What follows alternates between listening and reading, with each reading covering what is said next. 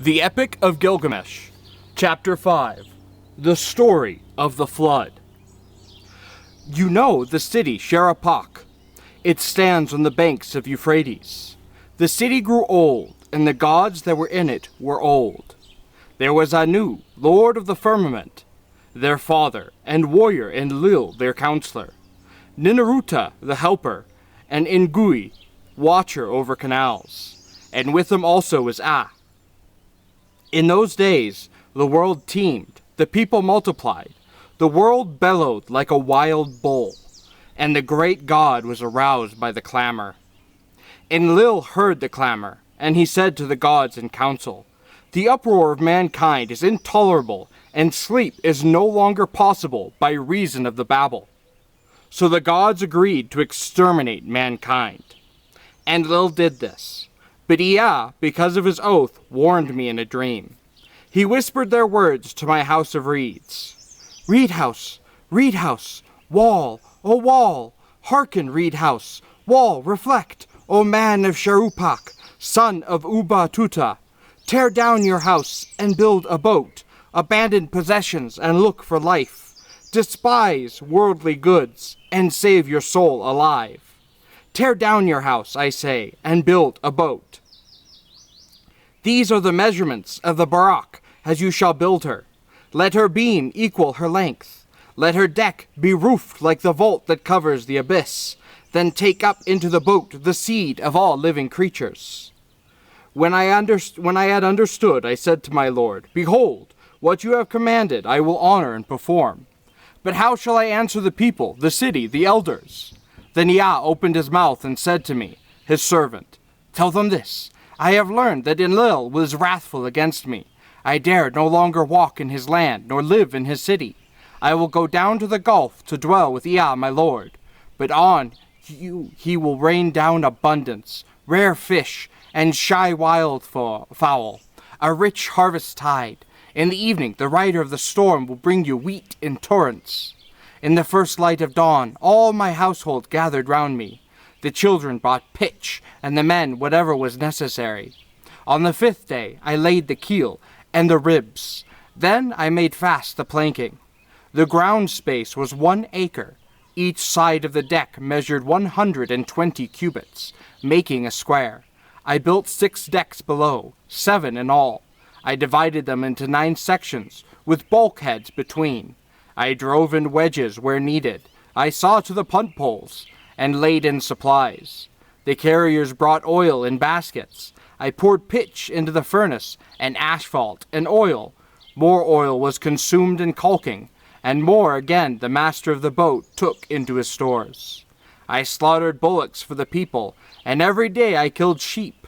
I gave the shipwrights wine to drink, as though it were river water, raw wine, and red wine, and oil, and white wine.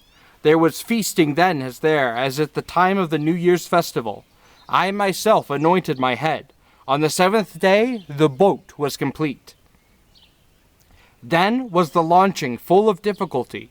There was shifting of ballast above and below, till 2/3 was submerged. I loaded into her all that I had of gold and of living things, my family, my kin, the beasts of the field, both wild and tame, and all the craftsmen. I sent them on board, for the time that Shamash had ordained was already fulfilled, when he said in the evening, when the rider of the storm sends down the destroying rain, into the boat and batten her down. The time was fulfilled. The evening came. The rider of the storm sent down the rain. I looked out at the weather, and it was terrible. So I too boarded the boat and battened her down. All was now complete, the battening, the caulking. So I handed the tiller to Puzu Amura, the steersman, with the navigation and the care of the whole boat. With the first light of dawn, a black cloud came from the horizon. It thundered within where Adad, lord of the storm, was riding. In front over hill and plain, Shulat and Hanish, heralds of the storm, led on. Then the gods of the abyss rose up. Nergal pulled out the dams of the nether waters. Ninurta, the warlord, threw down the dikes, and the 7 judges of hell, the Ananuki, raised their torches, lighting the land with their livid flame. A stupor of despair went up to heaven when the god of the storm turned daylight to darkness, when he smashed the land like a cup. One whole day the tempest raged, gathering fury as it went. It poured over the people like the tides of battle. A man could not see his brother, nor the people be seen from heaven. Even the gods were terrified at the flood. They fled to the highest heaven, the firmament of Anu. They crouched against the walls, cowering like curs. Then Ishtar, the sweet-voiced queen of heaven, cried out like a woman in travail. Alas, the days of old are turned to dust because I commanded evil. Why did I command this evil in the command of all the gods? I commanded wars to destroy the people. But are they not my people? For I brought them forth. Now, like the spawn of fish, they float in the ocean. The great gods of heaven and of hell wept, and they covered their mouths. For 6 days and 6 nights the winds blew. Torrent and tempest and flood overwhelmed the world. Tempest and flood raged together like warring hosts. When the 7th day dawned, the storm from the south subsided. The sea grew calm. The flood was stilled. I looked at the face of the world, and there was silence. All mankind was turned to clay. The surface of the sea stretched as flat as a rooftop. I opened a hatch, and the light fell on my face. Then I bowed low. I sat down, and I wept. The tears streamed down my face, for on every side was the waste of water. I looked for land in vain, but 14 leagues distant there appeared a mountain, and there the boat grounded. On the mountain of Nisar the boat held fast. She held fast and did not budge. 1 day she held, and a 2nd day on the mountain of Nisar she held fast and did not budge. A 3rd day, and a 4th day she held fast on the mountain and did not budge. A 5th day, and a 6th day she held fast on the mountain. When the 7th day dawned, I loosed a dove and let her go. She flew away, but finding no resting place, she returned. Then I loosed a swallow, and she flew away, but finding no resting place, she returned. I loosed a raven. She saw the waters had retreated. She ate, she flew, she cawed, and she did not come back. Then I threw everything open to the 4 winds. I made a sacrifice, and poured out a libation on the mountain top. 7 and again 7 cauldrons I set up on their stands. I heaped up wood and cane and cedar and myrtle. When the gods smelled the sweet savor, they gathered like flies over the sacrifice.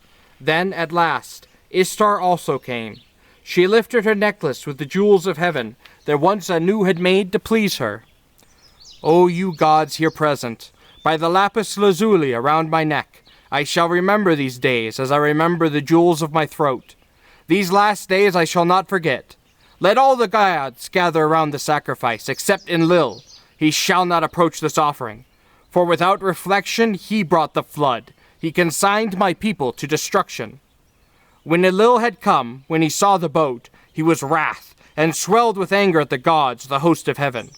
Has any of these mortals escaped? Not one was to have survived the destruction. Then the god of the wells and canals, Nanuta, opened his mouth, and said to the warrior Enlil, Who is there of the gods that can devise without Ea? It is Ea alone who knows all things. Then Ea opened his mouth and spoke to warrior Enlil. Wisest of gods, hero Enlil, how could you so senselessly bring down the flood? Lay upon the sinner his sin. Lay upon the transgressor his transgression. Punish him a little when he breaks loose. Do not drive him too hard or he perishes. Would that a lion had ravaged mankind rather than the flood. Would that a wolf had ravaged mankind rather than the flood. Would that famine had wasted the world rather than the flood. Would that pestilence had wasted mankind rather than the flood. It was not I that revealed the secret of the gods. The wise man learned it in a dream. Now take your counsel, what shall be done with him. Then Enlil went up into the boat. He took me by the hand and my wife, and made us enter the boat, and kneeled down on either side, he standing between us. He touched our foreheads to bless us, saying, In time past, Utanpishtim was a mortal man. Henceforth he and his wife shall live in the distance at the mouth of the rivers. Thus it was that the gods took me, and placed me here to live in the distance at the mouth of the rivers.